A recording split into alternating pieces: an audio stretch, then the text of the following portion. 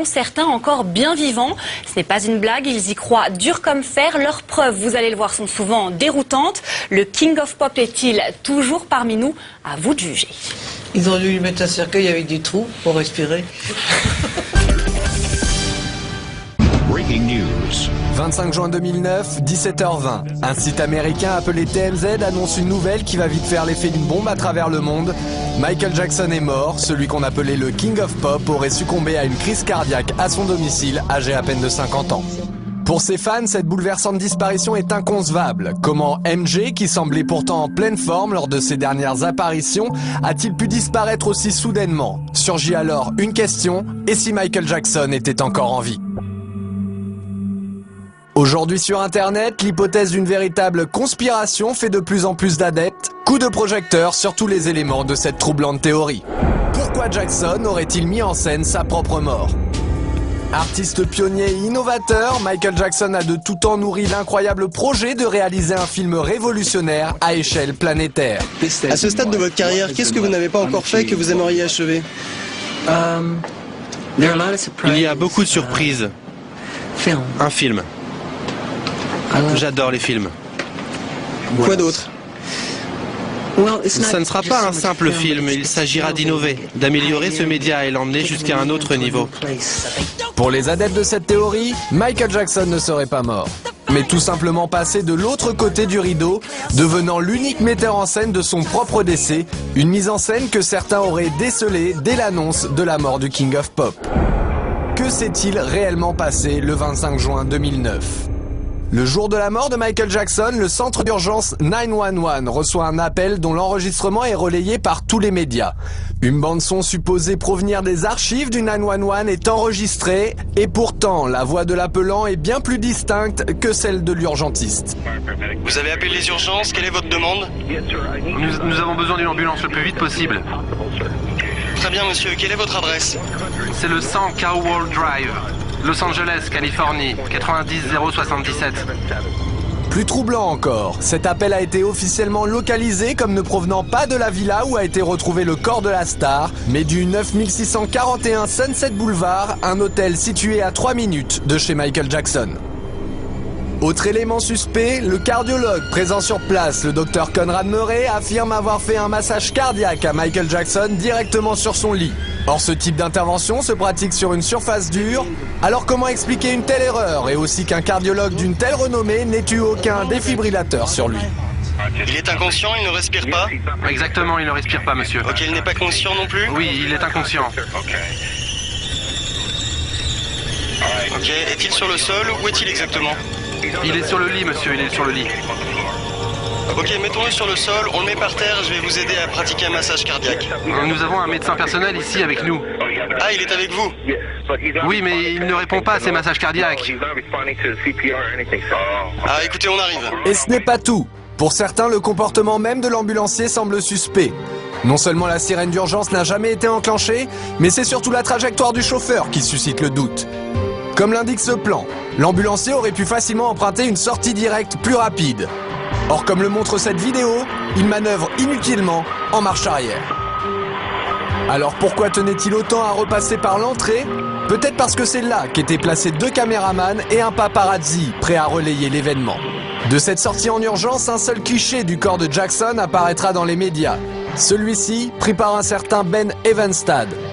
Comment se trouvait-il sur les lieux de l'événement? Des questions d'autant plus troublantes qu'on a retrouvé des photos de Ben Evenstad et Michael Jackson, visiblement amis de longue date. Les fans remarquent alors que sur le cliché fourni par le paparazzi, Michael paraît plus jeune de 10 ou 15 ans. Il ne leur en faudra pas plus pour retrouver 2 photos datant de 1980 et 1985 et qui ressemblent étrangement au fameux cliché. S'agit-il d'une photo truquée? Les images de l'ambulance auraient-elles été enregistrées? S'agirait-il vraiment d'un tournage de film? Une chose est sûre, Michael aurait voulu que la vérité à son sujet triomphe chez ses fans. Michael Jackson était-il présent à son propre enterrement? 7 juillet 2009, jour des funérailles de Michael Jackson. La foule vient se recueillir au Staples Center de Los Angeles, rendre un dernier hommage au roi de la pop. Parmi les invités, un homme au chapeau retient particulièrement l'attention des fans. Il le surnomme Hatman. Certains se posent la question, Michael Jackson en personne se serait-il mêlé aux invités? 4 septembre 2009, jour de l'enterrement au cimetière de Forest Lawn. Le mystérieux Hatman refait surface. L'homme reste en retrait, mais la place que lui accordent les autres invités à cette cérémonie suscite bien des spéculations. Qui est donc cet homme? Quant au personnel de la cérémonie, le clan des fans le considère tout aussi suspect. Les agents d'accueil, tout sourire en ce jour de deuil, donnent une impression de déjà-vu. Et pour cause, ils ne sont autres que les danseurs du spectacle This Is It. Le réalisateur Kenny Ortega et le chorégraphe Travis Payne sont d'ailleurs eux aussi présents. Ce sont eux qui coordonnent l'enterrement filmé en haute définition à la manière d'un film. Les fans remarquent aussi les photos prises par des paparazzis en hélicoptère, comme celle de ce chemin à droite de la voiture, qui n'existe pas vu du ciel. Ou encore cet arbre près des poubelles qui disparaît. Dès lors les questions se multiplient, y a-t-il d'autres différences entre le film officiel et la réalité? Même les messages laissés par les sœurs Jackson éveillent les soupçons. Michael, je t'aime profondément et j'ai hâte de te revoir jouer encore. Continue ta magie. Je t'aime tellement et j'attends avec impatience le moment de te revoir sur cette terre. Lorsque les fans se font rembourser leurs billets pour la tournée This Is It, ils reçoivent un livre souvenir. Ce livre est exactement le même que celui offert aux 17 000 invités du Staples Center à une différence près. Une photo de Jackson avec Elizabeth Taylor a été remplacée par une photo de lui, l'œil derrière une caméra. Une nouvelle preuve pour les fans. Qui est réellement le Dr Murray? Pour les fans, des doutes subsistent aussi quant à l'identité du fameux Dr Murray. Le médecin n'est pas certifié dans le répertoire des internes médicaux des États-Unis et lorsqu'on cherche son nom dans Google, aucun résultat ne s'affiche avant 2009.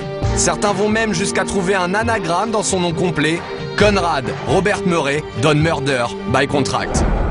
Les certificats de décès sont-ils des faux? Pas moins de 3 certificats de décès différents seraient en circulation. Aucun n'ont un code barre identique et aucun n'ont été signés par un médecin. Mais ce qui trouble les sceptiques, c'est le deuxième nom officiel de Michael Jackson sur les certificats, Joseph. Pour certains, Jackson s'appelait en réalité Michael Joe Jackson. De nombreux documents officiels viennent étayer cette théorie et Jackson se présente ainsi devant les tribunaux.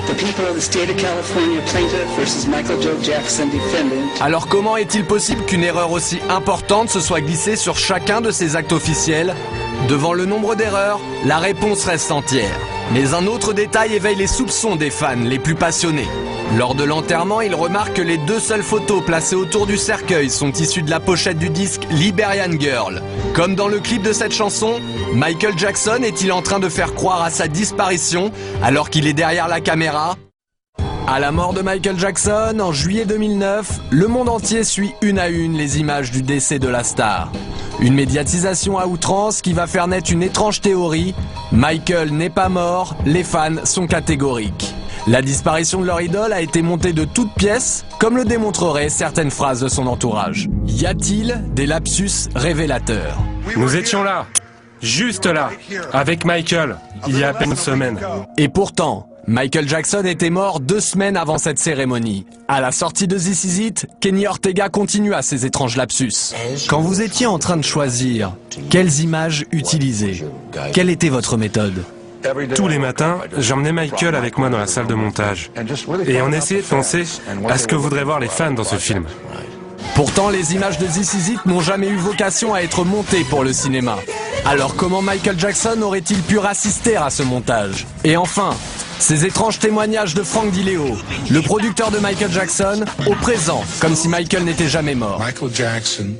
Michael Jackson a toujours fait ce qu'il voulait. Vous vouliez voir Michael? Vous veniez.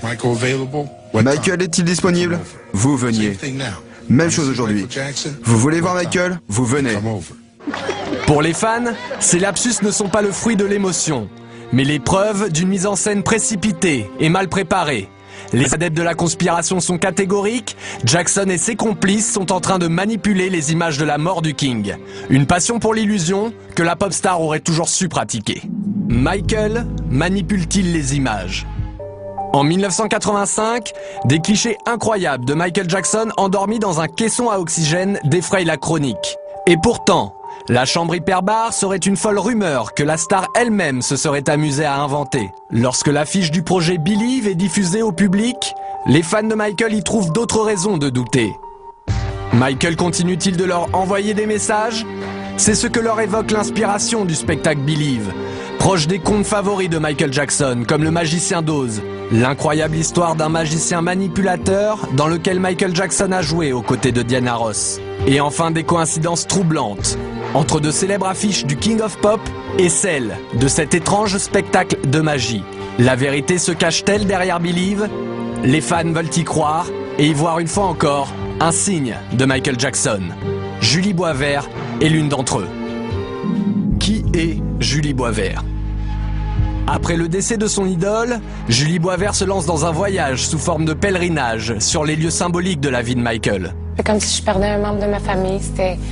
C'est quelqu'un qui a fait partie de ma vie entièrement depuis que je suis toute petite. Admiratrice du King of Pop, Julie ne peut s'arrêter de vouer un culte sans borne à Michael Jackson. À tel point qu'elle décide de mener l'enquête, analysant les circonstances autour de cette disparition soudaine et faisant naître le doute sur Internet, à travers un montage vidéo précis et inquiétant. Michael Jackson aurait-il pris les traits d'une autre personne? Les proches de Michael sont catégoriques. MJ a toujours pratiqué l'art de la manipulation et du déguisement. Son frère Marlon, comme d'autres, raconte avec beaucoup d'humour ce goût de Jackson pour le déguisement. Je me rappelle avoir été un jour dans un magasin de disques. Il y avait cet homme qui achetait beaucoup de CD. Il avait une petite coupe afro et de drôles de dents. Et ses habits étaient affreux. Je me suis approché de lui et je lui ai dit « Michael, qu'est-ce que tu fais dans ce magasin ?» Face à cette fascination de Michael pour la transformation, de nombreux blogs relayent une étrange rumeur. La star continuerait d'apparaître en public, systématiquement déguisée pour pouvoir observer ses proches et sa famille depuis sa mort, et notamment le jour de son propre enterrement. Le doute sur la mort de Michael serait donc encore possible, alors quand apparaît sur le réseau social MySpace un étrange personnage nommé Dave Dave, les fans n'en croient pas leurs yeux. Dave Dave serait-il Michael Jackson? En 1983, un enfant nommé Dave Dave fait la une des médias. Victime d'un incendie criminel perpétré par son propre père, l'histoire de Dave Dave va émouvoir Michael Jackson. La star lui jure alors une amitié éternelle. J'ai senti une main se poser sur mon épaule et je me suis retourné. C'était Michael. Et vous savez quoi, Larry? Ce jour-là, nous nous sommes promis une amitié qui ne finira jamais. Soudainement, en septembre dernier, Dave Dave réapparaît sur le plateau de Larry King. Ce troublant personnage va donc faire amplifier la rumeur. Pour les fans, Dave Dave et Michael présentent trop de ressemblances troublantes. L'impossible devient alors envisageable pour eux, les mots et la voix seraient trop ressemblantes. You all mean very much to me, and I love you very much. May God bless you. I love you very much, and may God bless you all. I love you. Ces étranges coïncidences continuent aujourd'hui d'alimenter cette théorie selon laquelle Michael Jackson ne serait pas mort. Une énigme qui ne cessera pas avant que les fans aient trouvé ce qu'ils veulent, la vérité, leur vérité. La vérité triomphe toujours.